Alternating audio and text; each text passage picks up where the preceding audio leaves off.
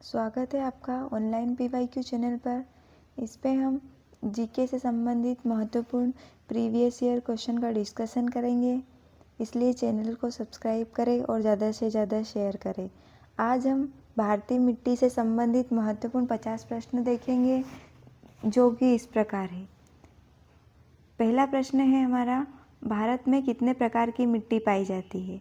भारत में जो है 8 प्रकार की मिट्टियाँ पाई जाती है। भारत में सबसे ज़्यादा कौन सी मिट्टी पाई जाती है? तो सबसे ज़्यादा भारत में जलोढ़ मिट्टी पाई जाती है। काली मिट्टी किस फसल के लिए सबसे उपयुक्त है? जो कपास की फसल है उसके लिए काली मिट्टी सबसे ज़्यादा उपयुक्त है। नेक्स्ट है, लाल मिट्टी का रंग लाल क्यों होता है? तो लाल मिट्टी का रंग आयरन ऑक्साइड की उपस्थिति के कारण लाल होता है। नेक्स्ट है, लेटेराइट मिट्टी कहाँ पाई जाती है? तो लेटेराइट मिट्टी पश्चिमी घाट, पूर्वी घाट और मेघालय के पठारों में पाई जाती है। पर्वतीय मिट्टी किस प्रकार की फसलों के लिए उपयुक्त है? तो पर्वतीय मिट्टी जो है चाय, कॉफ़ी और मसालों की फसलों के लिए उपयुक्त है। नेक्स्ट है, मरुस्थलीय मिट्टी में किस तत्व की कमी होती है? तो जो मरुस्थलीय मिट्टी है उसमें नमी और ह्यूमस की कमी होती है। नेक्स्ट है, जलोढ़ मिट्टी किस प्रकार बनती है? तो जो जलोढ़ मिट्टी है वो नदियों द्वारा लाए गए अवसादों से एकत्रित होकर बनती है। नेक्स्ट है, काली मिट्टी को किस नाम से जाना जाता है? तो काली मिट्टी को हम रेगर मिट्टी भी कहते हैं। भारत में किस मिट्टी में सबसे अधिक ज़्यादा उर्वरता होती है? तो जो जलोढ़ मिट्टी है उसमें सबसे अधिक उर्वरता होती है।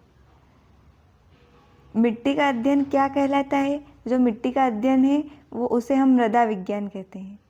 नेक्स्ट है, कौन सी मिट्टी में सबसे ज़्यादा पानी धारण करने की क्षमता होती है?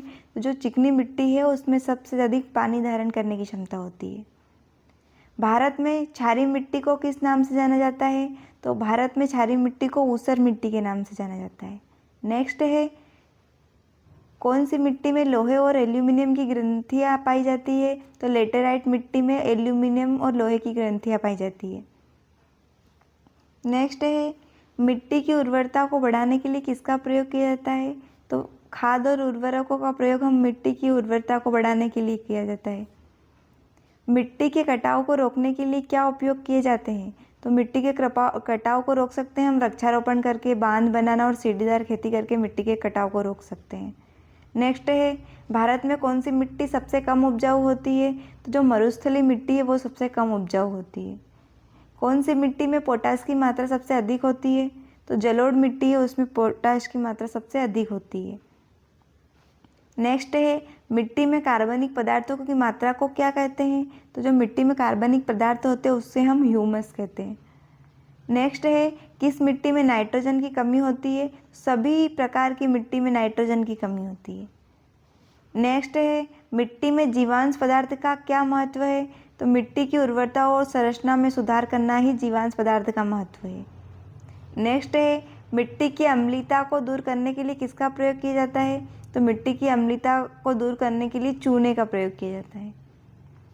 नेक्स्ट है, कौन सी मिट्टी में बाजरा और ज्वार की खेती अच्छी होती है? तो जो लाल मिट्टी है उसमें बाजरा और ज्वार की खेती अच्छी होती है। मिट्टी की जल धारण क्षमता को कैसे बढ़ाया जा सकता है? तो मिट्टी की जो जल धारण क्षमता है उसे जैविक खाद और ह्यूमस मिलाकर बढ़ाया जा सकता है। नेक्स्ट है, मिट्टी के प्रकारों का वर्गीकरण किस आधार पर किया जाता है? तो जो मिट्टी के प्रकार है उसे हम संरचना, रंग और उत्पत्ति के आधार पर इसका वर्गीकरण करते हैं। नेक्स्ट है, कौन सी मिट्टी में सबसे कम उर्वरक की आवश्यकता होती है? जो जलोढ़ मिट्टी उसमें सबसे कम उर्वरकों की आवश्यकता होती है। मिट्टी की ऊपरी परत को क्या कहते हैं? जो मिट्टी की ऊपरी परत है उसे हम मृदा क्षितिज कहते हैं। नेक्स्ट है, मिट्टी में पाए जाने वाले सूक्ष्म जीवों को क्या कहते हैं, का क्या महत्व है? तो जो मिट्टी में सूक्ष्म जीव होते हैं उससे पोषक तत्वों का चक्रण और मिट्टी की उर्वरता में योगदान बहुत होता है। नेक्स्ट है, कौन सी मिट्टी में सबसे ज़्यादा रेत पाई जाती है? तो मरुस्थलीय मिट्टी है उसी में सबसे ज़्यादा रेत पाई जाती है। नेक्स्ट है, मिट्टी की संरचना को सुधारने के लिए क्या उपाय किए जाते हैं? तो जो मिट्टी की संरचना है उसे सुधारने के लिए जैविक खाद और फसल चक्र का उपयोग किया जाता है। नेक्स्ट है, कौन सी मिट्टी में सबसे ज़्यादा चिकनी मिट्टी पाई जाती है? जो काली मिट्टी है उसमें सबसे ज़्यादा चिकनी मिट्टी पाई जाती है। मिट्टी में लवणता की समस्या को दूर कैसे किया जा सकता है? तो उचित जल निकासी और जिप्सम का प्रयोग करके लवण की समस्या को दूर किया जा सकता है। नेक्स्ट है, कौन सी मिट्टी में सबसे ज़्यादा नमी होती है? तो काली मिट्टी जो होती है उसमें सबसे ज़्यादा नमी होती है। नेक्स्ट है, मिट्टी की उर्वरता को बनाए रखने के लिए क्या उपाय किए जाते हैं? तो मिट्टी की उर्वरता को बनाए रखने के लिए फसल चक्र, जैविक खाद और उचित उर्वरक का उपयोग किया जाता है।